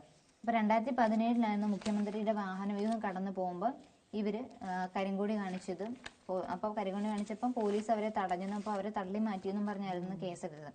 അപ്പം നമ്മുടെ ഹൈക്കോടതി പറയുന്നത്, അതായത് കോടതി പറയുന്നത് കരിങ്കൊടി വീശല് മുഖ്യമന്ത്രിയുടെ വാഹനത്തിന് നേരെയായാൽ പോലും അതൊരു അപകീർത്തിപ്പെടുത്തലാവില്ല. കാരണം ഏതെങ്കിലും ഒരു നിറമുള്ള കൊടി നിരോധിച്ചിട്ടില്ലാത്തതിനാണ് പ്രതിഷേധം നമ്മൾ കരിങ്കൊടിയിൽ അറിയിക്കുന്നത്. അതായത് അങ്ങനെ അറിയിക്കുന്നു എന്നാണ് പറഞ്ഞിരിക്കുന്നത്. അത് അപകീർത്തിപ്പെടുത്തലാവുന്നില്ല. ഇനി മറിച്ച് നമ്മുടെ ആള്, അതായത് ഈ ആള് നേരിട്ട് ചെന്ന് എന്താണ് കേസ് കൊടുക്കുകയാണ്, അല്ലെങ്കിൽ പരാതി നൽകുകയാണെങ്കിൽ നമുക്ക് എന്താണ് അത് അപകീർത്തിയാണെന്ന് പറയും. ഇത് പോലീസിന്റെ ഒരു റിപ്പോർട്ടിന്മേലാണ് അപകീർത്തിപ്പെടുത്തൽ എന്നുള്ള രീതിയിൽ കേസ് ചാർജ് ചെയ്തത്. അതുകൊണ്ട് തന്നെ അത് അപകീർത്തിപ്പെടുത്തലല്ല എന്നാണ് കോടതി പറയുന്നത്. അപ്പൊ നമ്മൾ അന്നാണെങ്കിൽ TV-യിലൊക്കെ ഇത് കാണുമ്പോൾ നമ്മൾ ആലോചിക്കും, മാധ്യമങ്ങൾ ഇങ്ങനെ ഭയങ്കരമായിട്ട് ബ്രേക്കിംഗ് ന്യൂസ് ആയിട്ടാണ് കൊടുക്കുന്നത്. മുഖ്യമന്ത്രിയെ കരിങ്കൊടി കാണിച്ചു, മുഖ്യമന്ത്രിയെ കരിങ്കൊടി. അപ്പൊ നമ്മളും വിചാരിക്കുന്നത് വലിയ എന്തോ സംഭവമാണ് കരിങ്കൊടി കാണിക്കുന്നത്, വലിയ എന്തോ കുറ്റമാണ് എന്നാണ് നമ്മളും ആ സമയത്ത് വിചാരിച്ചിരുന്നത്. കാരണം അന്ന് അവരെ അറസ്റ്റ് ചെയ്യുകയും ചെയ്തിരുന്നു. അപ്പൊ നമ്മളും കരുതിയിരുന്നത് കരിങ്കൊടി കാണിക്കുന്ന വലിയ എന്തോ ജീവപര്യന്തം വല്ല ശിക്ഷയോ അങ്ങനെ എന്തെങ്കിലുമൊക്കെ കിട്ടും എന്നൊക്കെ നമ്മൾ അന്ന് ഇത് കണ്ടുകൊണ്ടിരുന്നപ്പോൾ നമ്മൾ ചിന്തിച്ചിരുന്നൊരു കാര്യമാണ്. പക്ഷെ കരിങ്കൊടി കാണിച്ചു എന്നുള്ളതിന്റെ പേരിൽ അപകീർത്തിപ്പെടുത്താനൊന്നും പറ്റില്ല എന്നാണ് ഹൈക്കോടതി പറയുന്നത്. ഓക്കെ, നമുക്ക് അടുത്ത വാർത്ത നമ്മുടെ ഒരു സിനിമാ മേഖലയിൽ നിന്നുള്ളൊരു സങ്കടകരമായ വാർത്തയാണ്. നമുക്കൊക്കെ അറിയാവുന്ന നടൻ തന്നെയാണ്, കൂടുതലും വില്ലൻ വേഷങ്ങളിൽ നിറഞ്ഞു നിന്ന ആളാണ് അദ്ദേഹം. മേഘനാഥൻ അന്തരിച്ചു എന്നുള്ളൊരു വാർത്തയാണ് നമുക്ക് ഷെയർ ചെയ്യാനുള്ളത്. അതായത് സിനിമ, സീരിയൽ രംഗങ്ങളിലൊക്കെ അദ്ദേഹം ഉണ്ടായിരുന്നു. സംസ്കാരം ഷൊർണൂർ വടനാം കുരിശിയിലെ രാമൻ കണ്ടത്തിൽ തറവാട്ടിൽ പിതാവും നടനുമായ ബാലൻ കെ നായരുടെ സ്മൃതി കുടീരത്തിന് സമീപത്ത് നടത്തി. ശ്വാസകോശ സംബന്ധമായ അസുഖത്തെ തുടർന്ന് കോഴിക്കോട്ട് സ്വകാര്യ ആശുപത്രിയിൽ ചികിത്സയിലായിരുന്നു. 1983 PN മേനോൻ സംവിധാനം ചെയ്ത അസ്ത്രമാണ് ആദ്യ ചിത്രം. വില്ലൻ വേഷങ്ങളിൽ തുടങ്ങി പിന്നീട് സ്വഭാവ വേഷങ്ങളിലേക്ക് എത്തുകയായിരുന്നു. പഞ്ചാഗ്നി, ചെങ്കോൽ, ഭൂമിഗീതം, ചമയം, ഉല്ലാസ പൂങ്കാറ്റ്, ഒരു മറവത്തൂർ കനവ്, വാസന്തി ലക്ഷ്മിയും പിന്നെ ഞാനും, ഉത്തമൻ, പതാക, എസ് യുവർ ഓണർ, അങ്ങനെ കുറേ സിനിമകളിൽ അദ്ദേഹം ശ്രദ്ധേയമായ വേഷങ്ങൾ ചെയ്തിട്ടുണ്ട്. സമാധാന പുസ്തകം എന്ന സിനിമയിലാണ് അവസാനമായിട്ട് അഭിനയിച്ചത്. അപ്പം അദ്ദേഹം ശ്വാസകോശ സംബന്ധമായിട്ടുള്ള അസുഖത്തെ തുടർന്ന് കോഴിക്കോട് ആശുപത്രിയിൽ ചികിത്സയിലായിരുന്നു. അപ്പം അതിൻ്റെ അസുഖം ബാധിതനായിരുന്നു. ഇപ്പം 60 വയസ്സുണ്ട് അദ്ദേഹത്തിന്. അപ്പം ആ ഒരു ശാരീരിക ഇത് മൂലമാണ് അദ്ദേഹത്തിന് നമ്മളോട് വിട പറയേണ്ടി വന്നത്. അപ്പം എന്തായാലും അദ്ദേഹത്തിൻ്റെ അച്ഛൻ പിതാവും നടനുമായിട്ടുള്ള ബാലൻ കെ നായരുടെ സ്മൃതി കുടീരത്തിന് സമീപത്ത് തന്നെയാണ് ഇത് ശവസംസ്കാരം നടത്തിയിരിക്കുന്നത്. പെട്ടെന്ന് നമ്മൾ മേഘനാഥൻ എന്ന് പറയുമ്പം ആർക്കും മനസ്സിലാവില്ലായിരിക്കും അല്ലേ, ഒരു ക്ലൂ. അപ്പം ഇപ്പം ഞാനിങ്ങനെ പറഞ്ഞാലും മതി ഓർക്കത്തില്ലേ മേഘനാഥൻ. കാരണം നമുക്ക് വില്ലന്മാരിലെ അധികം കുറേ പേരുടെ പേര് നമുക്ക് അറിയാവുന്ന വില്ലന്മാരെന്ന് വെച്ചാൽ സിദ്ദിഖി, വിജയരാഘവൻ, സായികുമാർ, റിയാസ് ഖാൻ, അങ്ങനെയുള്ള ആൾക്കാരല്ലേ. അപ്പൊ ഇതുപോലെയുള്ള വില്ലന്മാരെ നമുക്ക് അറിയത്തില്ല. നമ്മുടെ ഇതിനകത്തുണ്ടോ, കൊച്ചി രാജാവിനകത്ത് ഉണ്ടെന്ന് തോന്നുന്നല്ലേ, ഇല്ല. വാസന്തി ലക്ഷ്മി പിന്നെ ഞാൻ ആ സിനിമയ്ക്കകത്തുണ്ടല്ലോ. ഓക്കെ. അപ്പോൾ എന്തായാലും അദ്ദേഹം നമ്മുടെ വീണ്ടും ഒരു സിനിമാ നടൻ കൂടി അന്തരിച്ചിരിക്കുകയാണ്. പക്ഷെ നമ്മൾ ഒട്ടും പ്രതീക്ഷിക്കാതിരിക്കുന്ന ഒരാളല്ലേ. അതെ, ശരിയാ. നമ്മൾ വിചാരിക്കുന്നേ ഇല്ലല്ലോ. കാരണം പ്രായം, സാധാരണ നമ്മൾ വിചാരിക്കുന്ന പ്രായം കൂടി അങ്ങനെ മരിക്കുക അങ്ങനല്ലേ. ഇത് നമ്മൾ ഒരിക്കലും നമ്മൾ പ്രെഡിക്റ്റ് ചെയ്തിട്ടില്ല ഇങ്ങനെ ഒരു സംഭവം ഉണ്ടായി എന്നുള്ളത്. എന്തായാലും അദ്ദേഹത്തിന്റെ ശവസംസ്കാരം എന്തായാലും ഇന്നലെ തന്നെ നടത്തി. ഇപ്പോൾ സിനിമയും സീരിയൽ രംഗത്തും ഒക്കെ നല്ല ഇതായിട്ട് നിറഞ്ഞു നിന്ന ആളാണ്. വില്ലൻ വേഷങ്ങളിൽ ചെയ്തിരുന്ന ആളുമായിരുന്നു. മാത്രമല്ല സ്വഭാവ വേഷങ്ങളും ചെയ്ത് വന്നിരുന്ന ഒരു നടൻ കൂടി. ഇപ്പൊ പണ്ടത്തെ വില്ലന്മാരെ വെച്ച് നോക്കുകയാണെങ്കിൽ പണ്ട് അഭിനയിച്ച വില്ലന്മാരെല്ലാം ഇപ്പം സ്വഭാവ നടന്മാർ, അതായത് നല്ല ശ്രദ്ധേയമായ വേഷം, നായകന്റെ അച്ഛനായിട്ട് അല്ലെങ്കിൽ നായികയുടെ അച്ഛനായിട്ട് അങ്ങനെയൊക്കെയാണല്ലോ ഇപ്പൊ വരുന്നത്. അപ്പൊ അതുപോലുള്ള ക്യാരക്ടറിലോട്ട് വന്നുകൊണ്ടിരിക്കുകയായിരുന്നു ഇദ്ദേഹം. ഓക്കെ, നമുക്ക് അടുത്ത വാർത്തയിൽ എന്താ അടുത്ത വാർത്ത? നമ്മൾ ആടുജീവിതം ഭയങ്കര ഹിറ്റായിരുന്നല്ലോ പൃഥ്വിരാജിന്റെ. അപ്പം ആടുജീവിതത്തിന് ഹോളിവുഡ് മ്യൂസിക് ആൻഡ് മീഡിയ പുരസ്കാരം. പൃഥ്വിരാജിനെ നായകനാക്കി ബ്ലെസ്സി സംവിധാനം ചെയ്ത ആടുജീവിതത്തിന് 2024 ഹോളിവുഡ് മ്യൂസിക് ആൻഡ് മീഡിയ പുരസ്കാരം. വിദേശ ഭാഷാ ചിത്രങ്ങളുടെ വിഭാഗത്തിൽ മികച്ച പശ്ചാത്തല സംഗീതത്തിനുള്ള പുരസ്കാരമാണ് ചിത്രത്തിന് ലഭിച്ചിരിക്കുന്നത്. പശ്ചാത്തല സംഗീതം ഒരുക്കിയ AR റഹ്മാന് ലഭിച്ചത്. ലോസ് ആഞ്ചൽസിൽ നടന്ന ചടങ്ങിൽ റഹ്മാന് വേണ്ടി ബ്ലെസ്സി പുരസ്കാരം ഏറ്റുവാങ്ങി. 2008 പുറത്തിറങ്ങിയ ബെന്യാമിന്റെ ആടുജീവിതം എന്ന നോവലിനെ ആസ്പദമാക്കിയാണ് സിനിമ. ആടുജീവിതം ഭയങ്കര അവാർഡൊക്കെ കിട്ടിയതല്ലേ, ഇഷ്ടം പോലെ അവാർഡ് അതിനായിരുന്നു. അപ്പൊ അതിന് വീണ്ടും ഒരു അവാർഡും കൂടെ കിട്ടി, നമ്മുടെ AR റഹ്മാൻ. അദ്ദേഹം ഈ കഴിഞ്ഞിടയ്ക്കായിരുന്നു ഡിവോഴ്സ് ആയത്. അപ്പൊ അദ്ദേഹത്തിന് വീണ്ടും ഒരു പുരസ്കാരവും ലഭിച്ചിരിക്കുകയാണ്. അദ്ദേഹത്തിന്റെ പാട്ടുകളെല്ലാം നല്ല സൂപ്പർ ഹിറ്റ് പാട്ടുകളാണ്. നമുക്ക് ഭയങ്കരമായിട്ട് ഫീൽ തരുന്ന പാട്ടുകളാണ് അദ്ദേഹം കൂടുതലും ചെയ്യുന്നത്. അതുപോലെ തന്നെ ഭയങ്കര വേൾഡ് വൈഡ് ഹിറ്റ് ആയിട്ടുള്ള ഒരു മ്യൂസിക് ഡയറക്ടർ കൂടിയാണ് AR റഹ്മാൻ സാർ. ഓക്കെ, ഇനി നമുക്ക് അടുത്തൊരു വാർത്ത ഇതുപോലെ തന്നെ ഫിലിം ഇൻഡസ്ട്രി എന്ന് തന്നെയാണ്. നമ്മൾ കഴിഞ്ഞ ദിവസങ്ങളിലെല്ലാം ഭയങ്കരമായിട്ട് കേട്ട് ഇരിക്കുന്ന ഒരു പാട്ടുണ്ടല്ലോ, മിന്നലേ എന്ന് പറഞ്ഞൊരു പാട്ടില്ലേ. ആ പാട്ട് നമ്മുടെ അമരൻ സിനിമയിലെ ആ സിനിമയില് ഭയങ്കര ഹിറ്റാണെന്നല്ലോ. ഇപ്പത്തെ തമിഴ്നാട്ടിൽ എല്ലാരും പറയുന്നത് ഇപ്പൊ വിജയ് രാഷ്ട്രീയത്തിലേക്ക് പോയല്ലോ. അപ്പൊ ഇനി ശിവകാർത്തികേയനാണ് ഇനി വിജയുടെ സ്ഥാനത്ത് തമിഴകം ഭരിക്കാൻ പോകുന്നത് എന്നുള്ള ഒരുപാട് വാർത്തകൾ നമ്മൾ കേട്ടിരുന്നു.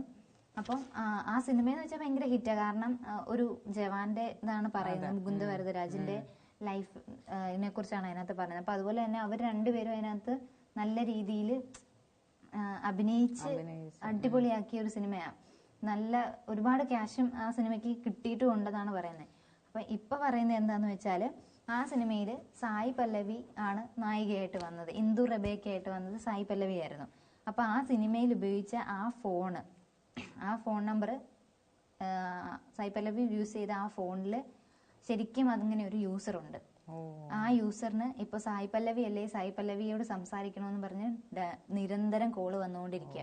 അപ്പം അദ്ദേഹം അതിന് നഷ്ടപരിഹാരം തേടിയിരിക്കുക. അതൊരു വിദ്യാർത്ഥിയാണ്, നഷ്ടപരിഹാരം വേണമെന്നാണ് പറയുന്നത്. അപ്പൊ 1.1 കോടി രൂപയാണ് നഷ്ടപരിഹാരമായിട്ട് ചോദിച്ചിരിക്കുന്നത്. അതായത് VV വാഗീസൻ 1.1 കോടി രൂപ നഷ്ടപരിഹാരം ആവശ്യപ്പെട്ട് നിർമ്മാതാവിന് വക്കീൽ നോട്ടീസ് അയച്ചിരിക്കുകയാണ്.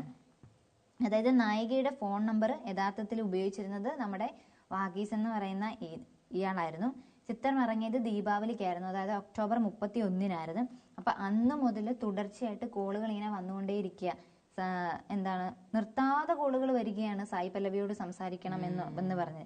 അപ്പം ഇങ്ങനെ കോള് വന്നുകൊണ്ടേയിരിക്കുന്നതുകൊണ്ട് അദ്ദേഹം എന്ത് ചെയ്തു, ഫോണ് സൈലന്റ് ആക്കി വെച്ചു. കോളുകൾ എടുക്കാതെ വിളിക്കുന്നവർക്കെല്ലാം സായി പല്ലവിയോട് സംസാരിക്കണം എന്ന രീതിയിലാണ് കോൾ എടുക്കുമ്പോൾ അവർ പറയുന്നത്.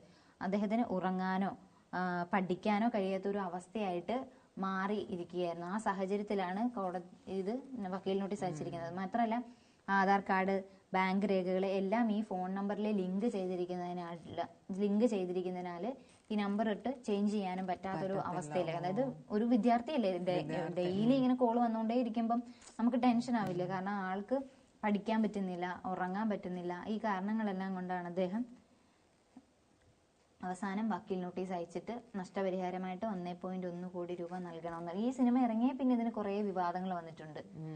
എന്താണ് ഈ മുസ്ലിങ്ങളെ കുറിച്ച് എന്തൊക്കെയോ ഇതിൽ പറയുന്നുണ്ടെന്ന് പറഞ്ഞ് കുറെ വന്നിട്ടുണ്ട്. ജമ്മു കാശ്മീരിലെ ഇതിനെ കുറിച്ചൊക്കെ പറയുന്നു പറഞ്ഞ് കുറെ വിവാദങ്ങൾ വന്നായിരുന്നു. ഇപ്പൊ അതാ വീണ്ടും ഫോൺ നമ്പർ ഉപയോഗിച്ച് ആളെ വിളിച്ച് ശല്യം ചെയ്യുന്നു എന്നും പറഞ്ഞ് വന്നിട്ട്. പക്ഷെ എന്തായാലും സിനിമ നല്ല ഹിറ്റ് സിനിമയാണ്. ഓക്കെ, അടുത്ത വാർത്ത എന്താ? അടുത്തത് രാജ്യങ്ങളുടെ ഉന്നത പുരസ്കാരങ്ങൾ ഏറ്റുവാങ്ങി മോദി. അപ്പം കോവിഡ് മഹാമാരി കാലത്തുൾപ്പെടെ ആഗോള സമൂഹത്തിന് നൽകിയ സംഭാവനകൾ മാനിച്ച് പ്രധാനമന്ത്രി നരേന്ദ്രമോദിയും ഗയനയും ഡൊമിനിക്കയും അവരുടെ പരമോന്നത ബഹുമതികൾ സമ്മാനിച്ചു. ത്രിരാഷ്ട്ര പര്യടനത്തിന്റെ ഭാഗമായി മോദി ഗയനയിലെത്തിയ വേളയിലാണ് ഇവർ ഇത് നൽകിയത്. ഗയനയുടെ പരമോന്നത ബഹുമതിയായ the order of excellence president Irfan Ali ബുധനാഴ്ച മോദിക്ക് സമ്മാനിച്ചു. ഗയനയിൽ നടന്ന ഇന്ത്യ കാരിക്കോം ഉച്ചകോടിക്കിടെ ഡൊമിനിക്കയുടെ പരമോന്നത ബഹുമതിയായ Dominica award of honour president Sylvanie Burton മോദിക്ക് നൽകി. ഇരു രാഷ്ട്രങ്ങളുടെയും പുരസ്കാരം ഇന്ത്യയിലെ 140 കോടി ജനങ്ങൾക്ക് സമർപ്പിക്കുന്നതായി മോദി എക്സിൽ കുറിച്ചു. ഗയനയുമായി ആഴത്തിലുള്ള സൗഹൃദം ഊട്ടിയുറപ്പിക്കുന്നതിന്റെ സാക്ഷ്യപത്രമാണ് തന്റെ സന്ദർശനമെന്നും അദ്ദേഹം വ്യക്തമാക്കി. ഗയന പാർലമെന്റിൽ അദ്ദേഹം പ്രസംഗിക്കുകയും ചെയ്തു. 2021 കോവിഡ് പ്രതിരോധത്തിനായി 70,000 അസ്ട്രാസെനക വാക്സിൻ ഇന്ത്യ ഡൊമിനിക്കയ്ക്ക് നൽകിയിരുന്നു. ഗയനയുടെ പരമോന്നത പുരസ്കാരം നേടുന്ന 4ാം വിദേശ നേതാവാണ് മോദി. ഇതോടെ മോദിക്ക് 19 രാഷ്ട്രങ്ങളുടെ പരമോന്നത പുരസ്കാരം ലഭിച്ചു. അപ്പോൾ ഓർത്തേക്ക് 19 എണ്ണം പരമോന്നത പുരസ്കാരം മോദിക്ക് ലഭിച്ചിട്ടുണ്ട്. നല്ല അതെ, അതാണ് മോദിക്ക് നെഗറ്റീവായിട്ട് നിൽക്കുന്ന ഒരു കാര്യം. പക്ഷെ മറ്റു രാജ്യങ്ങളുടെ എല്ലാം അവരുടെ ഇത് കോവിഡിന്റെ സമയത്ത് നമ്മൾ പറഞ്ഞിട്ടുണ്ടായിരുന്നു. കോവിഡിന്റെ കാലഘട്ടത്തിൽ ജനങ്ങളെ ഏറ്റവും കൂടുതൽ വെറുപ്പുണ്ടായിരുന്ന ഒരു സമയമാണ്. കാരണം അവർക്ക് ബുദ്ധിമുട്ടും, അതായത് എന്താ പറയുക, കോവിഡ് വന്നതിന്റെ സാമ്പത്തികമായിട്ടും അങ്ങനെ പല പ്രശ്നങ്ങളും അവർ നേരിട്ടിരുന്നു. അപ്പൊ ആ സമയത്തെല്ലാം ഞാൻ ഇന്നലെ ചെയ്തൊരു ന്യൂസാണ്, നമ്മൾ ഭരണത്തിൽ ഇരുന്നവരെല്ലാരും താഴേക്ക് പൊക്കോണ്ടിരുന്ന ഒരു സമയമായിരുന്നു. പക്ഷെ ആ സമയത്ത് അതിജീവിച്ചത് മോദി മാത്രമായിരുന്നു. അപ്പൊ മോദി പിന്നെയും രണ്ടാമതും അധികാരത്തിലേറിയില്ലേ. അപ്പൊ അങ്ങനെ നോക്കുമ്പോൾ എല്ലാം മോദിക്ക് പോസിറ്റീവായിട്ടുള്ള കാര്യങ്ങളുണ്ട്. പക്ഷെ മണിപ്പൂരാണ് നെഗറ്റീവായിട്ട് നിൽക്കുന്ന ഒരു ഇത്.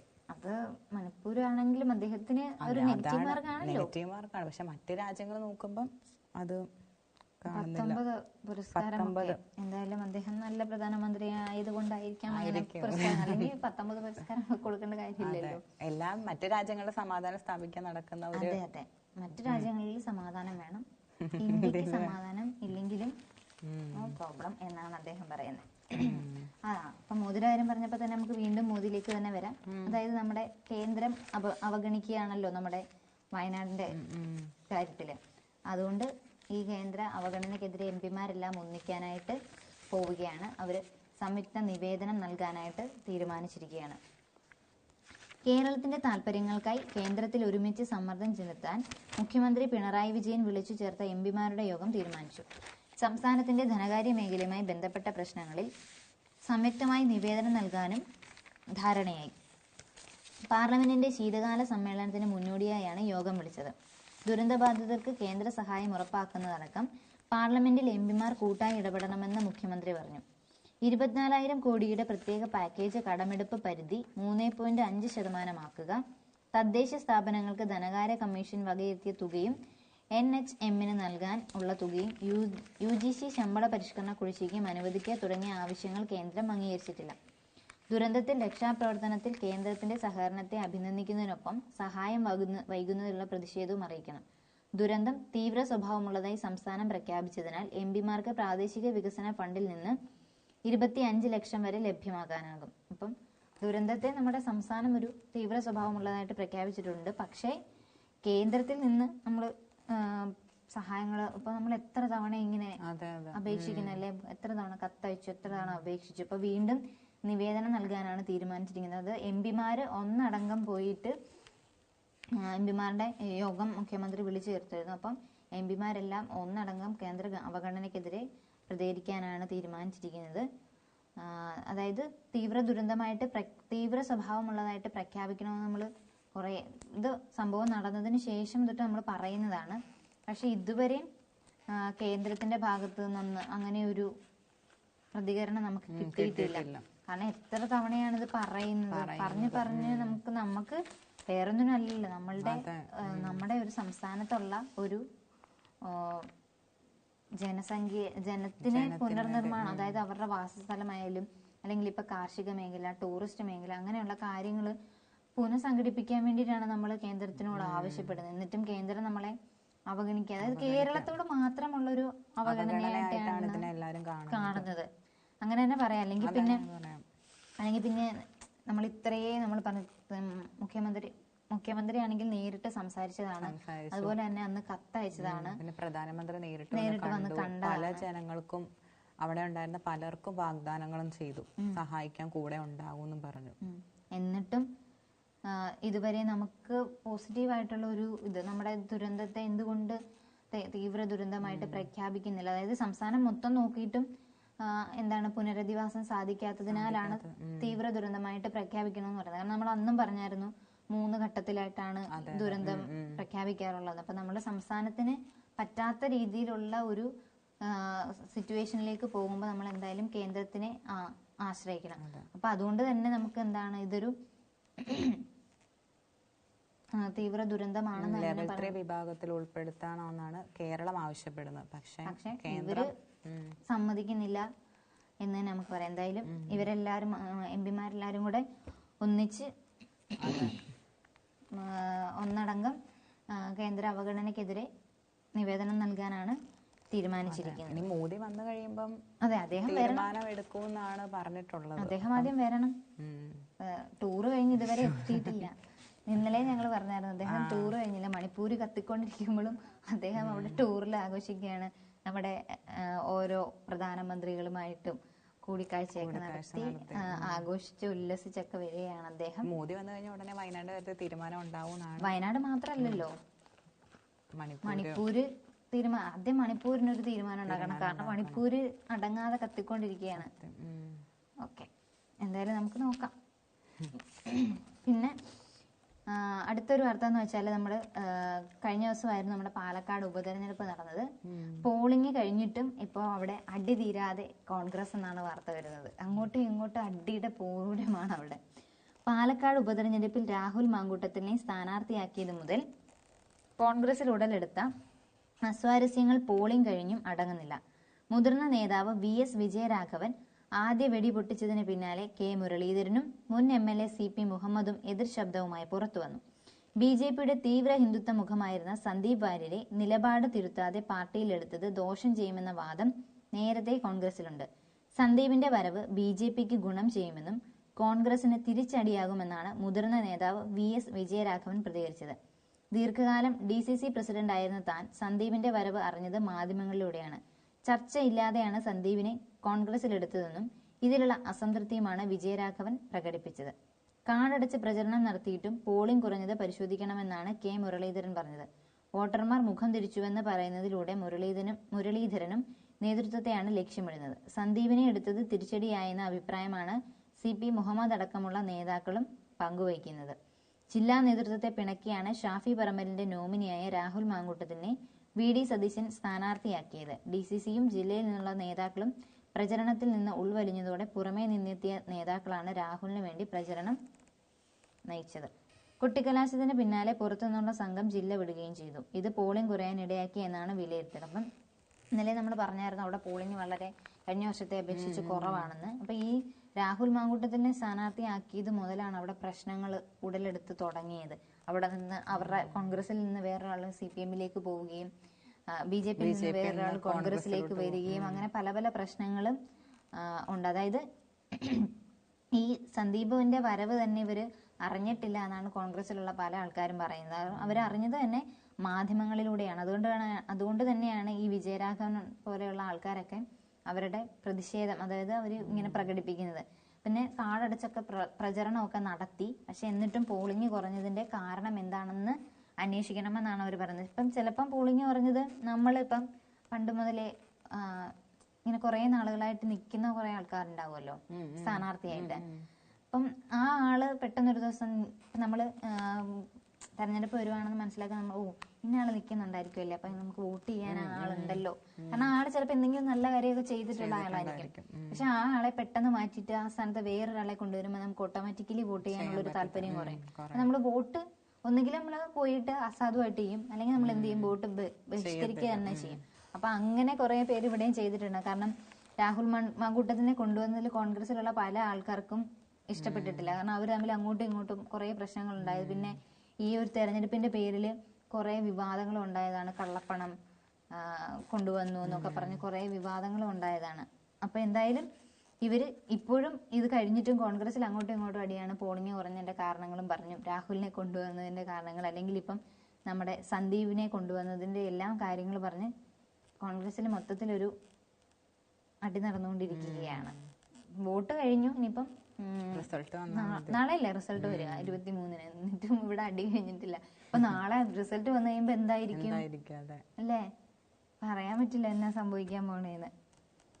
ഓക്കെ, എന്തായാലും നോക്കാം നമുക്ക്. അടുത്തൊരു വാർത്ത എന്താണ്? അടുത്ത നമ്മള് കുറെ നാളായിട്ട് നമ്മൾ പറയുന്നതാണ് തെരുവുനായയുടെ ശല്യം. അത് ഒരിടയ്ക്ക് സ്റ്റോപ്പായി നിന്നു. ഒരിടയ്ക്കെന്ന് പറഞ്ഞാൽ ഭയങ്കരമായിട്ടും പിള്ളേരെയൊക്കെ വരെ അതെ, നമ്മൾ എന്തോരം വീഡിയോ കണ്ടിട്ടുള്ള കൊച്ചു കുഞ്ഞുങ്ങൾ കളിക്കാൻ ഇറങ്ങുമ്പോ തന്നെ കടിച്ചു കീറി. അപ്പം ശൗര്യം തീരാതെ നായ്ക്കൾ കടിയിൽ പുളഞ്ഞ ജനം. ഏത് നിമിഷവും കുരച്ചു ചാടി വീഴാം. കൂട്ടമായിട്ടാണെങ്കിൽ പിന്നെ രക്ഷയില്ല. കടിയിൽ പുളയാനാണ് പാവം ജനത്തിന്റെ വിധി. തെരുവുനായ ശല്യത്തിൽ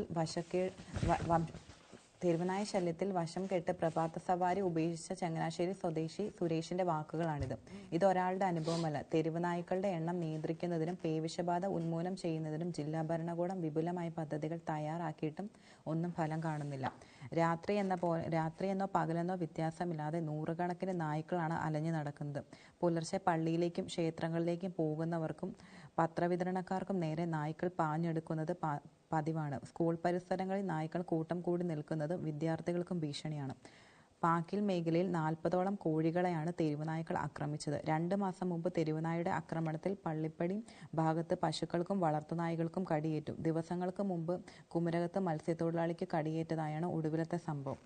രാത്രികാലങ്ങളിൽ ഇരുചക്ര വാഹനങ്ങൾക്ക് കുറുകെ നായ്ക്കൾ ചാടുന്നത് പതിവാണ്. പ്രായമായ നായ്ക്കളെ ഉടമസ്ഥർ തന്നെ നഗരത്തിലെ വിജനമായ സ്ഥലങ്ങളിൽ ഉപേക്ഷിക്കാറുമുണ്ട്.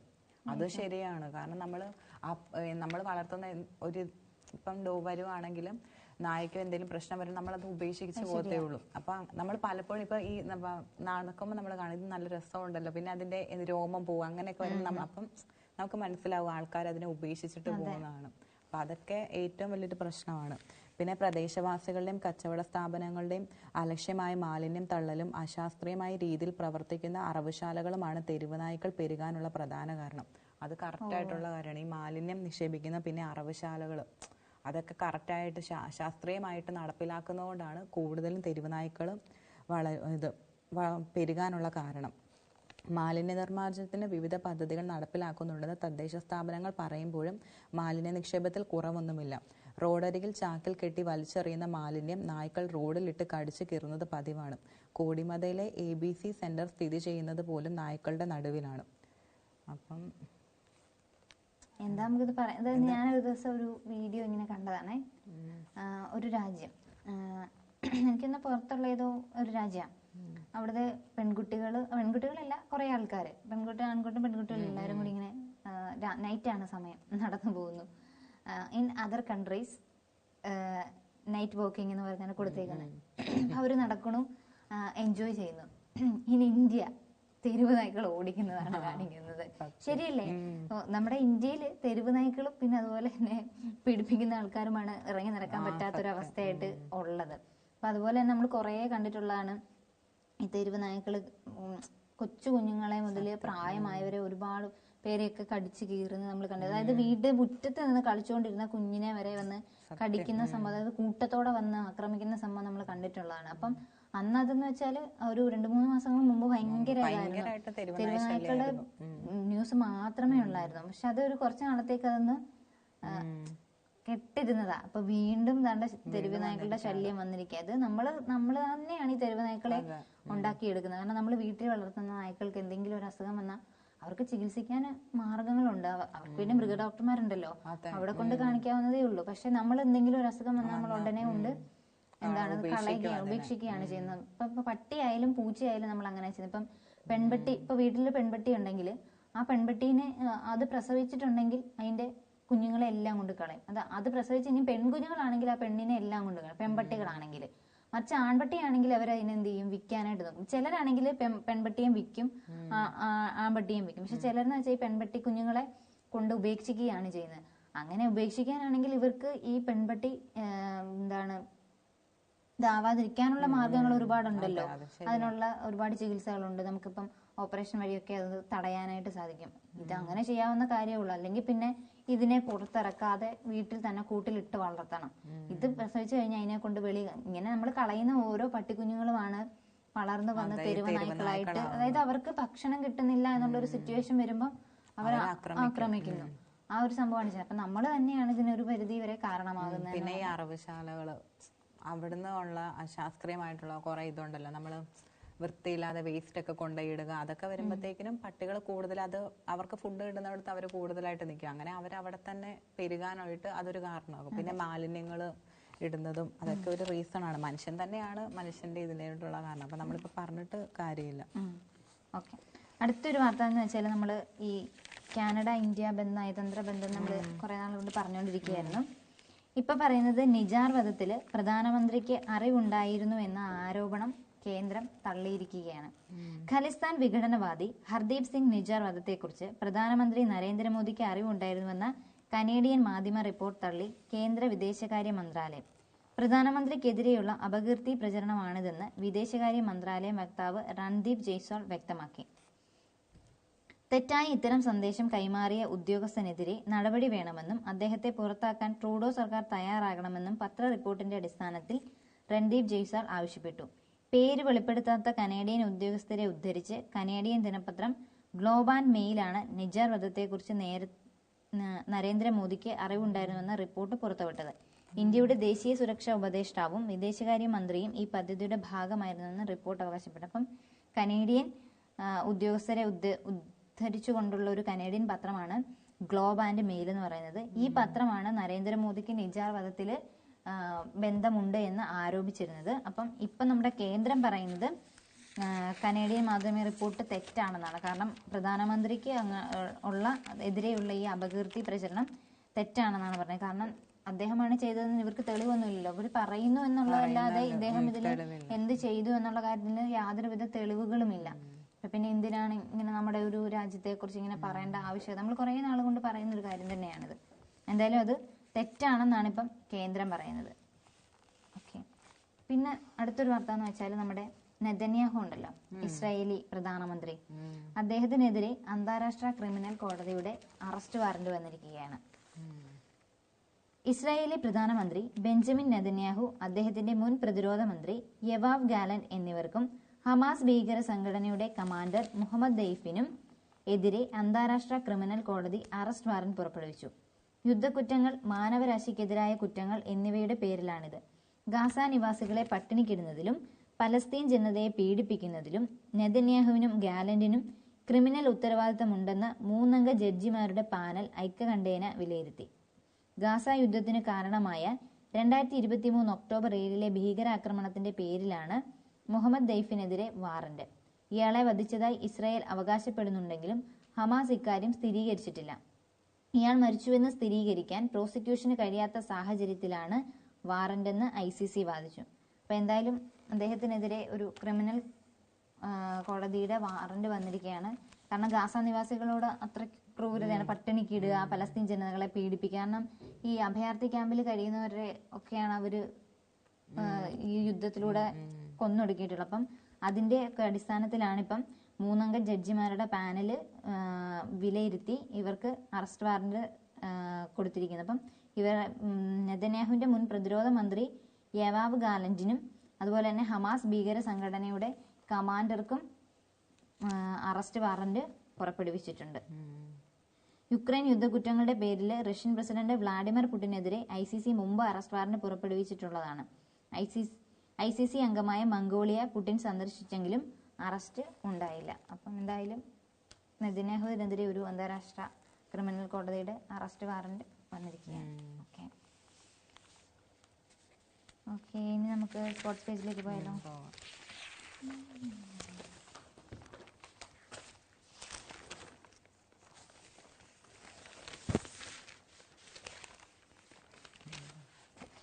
എന്താണ് സ്പോർട്സിൽ? ഇന്ത്യ ഓസ്ട്രേലിയ ക്രിക്കറ്റ് പരമ്പരയ്ക്ക് ഇന്ന് തുടക്കം. നാട്ടിൽ സ്പിൻ പിച്ച് ഒരുക്കി ന്യൂസിലൻഡിനെ വീഴ്ത്താൻ ശ്രമിച്ച് പരാജയപ്പെട്ട ഇന്ത്യ ടെസ്റ്റ് ക്രിക്കറ്റ് ടീമിന്റെ അംഗം ഇനി പേസ് പിച്ചിൽ. Border Gavaskar trophy test cricket പരമ്പരയിലെ ആദ്യ മത്സരത്തിനായി പേസ് ബോളിങ്ങിനെ അതിരറ്റ് തുണയ്ക്കുന്ന പെർത്ത് ഓപ്പറ്റ് സ്റ്റേഡിയത്തിൽ പിച്ചിലേക്കാണ് ഓസ്ട്രേലിയൻ ടീം ഇന്ത്യയെ ക്ഷണിക്കുന്നത്. വെള്ളിയാഴ്ച ഇന്ത്യൻ സമയം രാവിലെ 7:50 മുതലാണ് ഇന്ത്യ ഓസ്ട്രേലിയ ഒന്നാം ടെസ്റ്റിന് തുടക്കം. ഇന്ത്യയെ പേസർ ജസ്പ്രീത് ബുംറയും ഓസീസിനെ പേസർ പാറ്റ് കമിൻസുമാണ് നയിക്കുന്നത്. 2014-15 ശേഷം ട്രോഫി തിരിച്ചുപിടിക്കലാണ് ഓസ്ട്രേലിയയുടെ ലക്ഷ്യം. തുടർച്ചയായ 5-ാം വട്ടം കിരീടം നിലനിർത്താനാണ് ഇന്ത്യ ഇറങ്ങുന്നത്. അപ്പോൾ ഈ പ്രാവശ്യം ജസ്പ്രീത് ബുംറയാണ് ഇന്ത്യയെ നയിക്കുന്നത്, രോഹിത് ശർമ്മയല്ല. അപ്പോൾ ആ ഒരു പ്രത്യേകതയും കൂടെ ഉണ്ട്. അപ്പം 2014-15 ശേഷം ട്രോഫി തിരിച്ചു പിടിക്കാനാണ് ഓസ്ട്രേലിയ ശ്രമിക്കുന്നത്. പിന്നെ തുടർച്ചയായി 5-ാം വട്ടം കിരീടം നിലനിർത്താനാണ് ഇന്ത്യയുടെ ലക്ഷ്യം. കിരീടം നിലനിർത്തുമോ? നോക്കാം. അതെ, അറിയാൻ പറ്റില്ല. അതെ, മത്സരത്തിലെ ഇന്ത്യൻ സമയക്രമം എന്ന് വെച്ചാൽ ഒന്നാം സെഷൻ രാവിലെ 7:50 മുതൽ 9:50 വരെ, രണ്ടാം സെഷൻ 10:30 മുതൽ 12:30 വരെ, മൂന്നാം സെഷൻ ഉച്ചയ്ക്ക് 12:50 മുതൽ 2:50 വരെ. പെർത്തിലെ മത്സര ഫലങ്ങൾ വേഴ്സസ് ഇന്ത്യ. ഓസീസിന് 2018 ഡിസംബറിൽ 146 റൺസ് ജയം. ന്യൂസിലൻഡുമായിട്ടുള്ള കളിയിൽ ഓസീസിന് 296 റൺസ് ജയം. അത് 2019 ഡിസംബറിലായിരുന്നു. 2022 നവംബറിൽ 164 റൺസ് ജയം. 2023 360 റൺസ് ജയം ഓസീസിന്. അപ്പോൾ 2024 എന്തായിരിക്കും പറയാൻ പറ്റില്ല നമുക്കല്ലേ. കഴിഞ്ഞ 4 ബോർഡർ ഗവാസ്കർ ട്രോഫി പരമ്പരകളും ഇന്ത്യ ജയിച്ചു. 2017, 2023 വേദി ഇന്ത്യയായിരുന്നു. 2018, 19, 20, 21 വേദി ഓസ്ട്രേലിയയായിരുന്നു. ടെസ്റ്റിൽ പേസ് ബോളർമാര് ഇരു ടീമുകളുടെയും ക്യാപ്റ്റന്മാരാകുന്നത് 25 വർഷത്തിനിടെ ഇത് 4ാമത്തെ തവണയാണ് നമ്മുടെ ടെസ്റ്റിലെ പേസ് ബോളർമാര് ഇരു ടീമുകളുടെയും ക്യാപ്റ്റന്മാരാകുന്നത്. ബോർഡർ ഗവാസ്കർ ട്രോഫിയിൽ ആദ്യമായിട്ടും.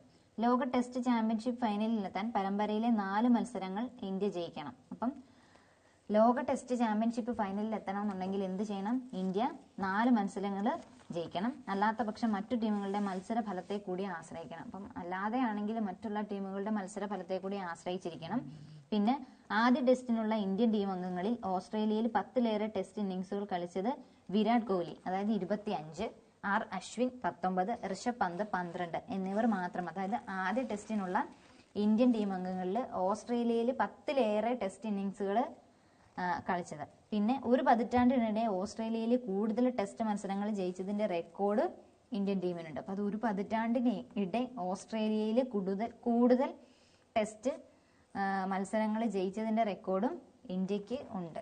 എന്തായാലും ഇന്ന് രാവിലെ 7:50 മുതൽ കളി സ്റ്റാർട്ട് ചെയ്തിട്ടുണ്ട്. എന്തായാലും നമുക്ക് അറിയാം എന്തായിരിക്കും എന്നല്ലേ.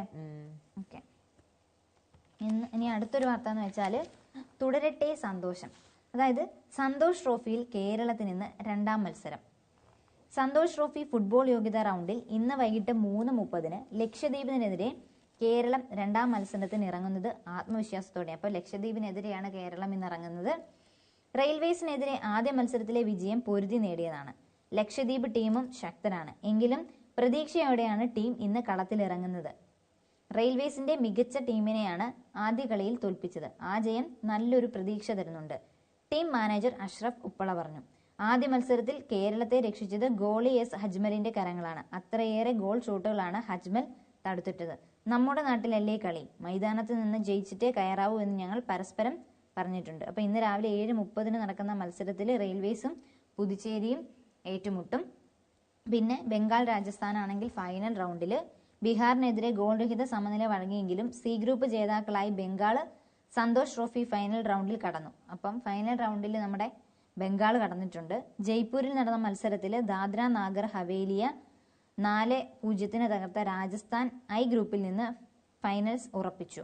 അമൃതസറിൽ നടന്ന ഗ്രൂപ്പ് എഫ് മത്സരത്തിൽ ഒഡീഷ 6-1 മധ്യപ്രദേശിനെ തകർത്തു. ഓക്കെ, അപ്പോൾ ഇന്ന് നമ്മുടെ കേരളം 2ാം മത്സരത്തിലേക്കാണ് സന്തോഷ് ട്രോഫിയിൽ ലക്ഷദ്വീപിനെതിരെയാണ് കളിക്കുന്നത്. ഓക്കെ, പിന്നെ എന്തെങ്കിലും ഉണ്ടോ സ്പോർട്സ് പേജിൽ? വേറെ പ്രത്യേകിച്ചൊന്നുമില്ല അല്ലേ. അപ്പൊ ഇത്രയൊക്കെ തന്നെ ഉള്ളൂ. പിന്നെ നമ്മൾ അത്യാവശ്യം എല്ലാ വാർത്തകളും കവർ ചെയ്തിട്ടുണ്ട്.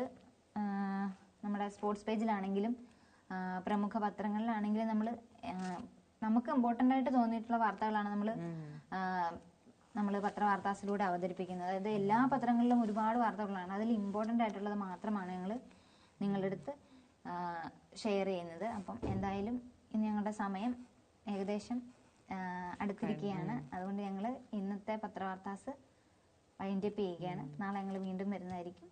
അതുവരെ എല്ലാവർക്കും ബൈ.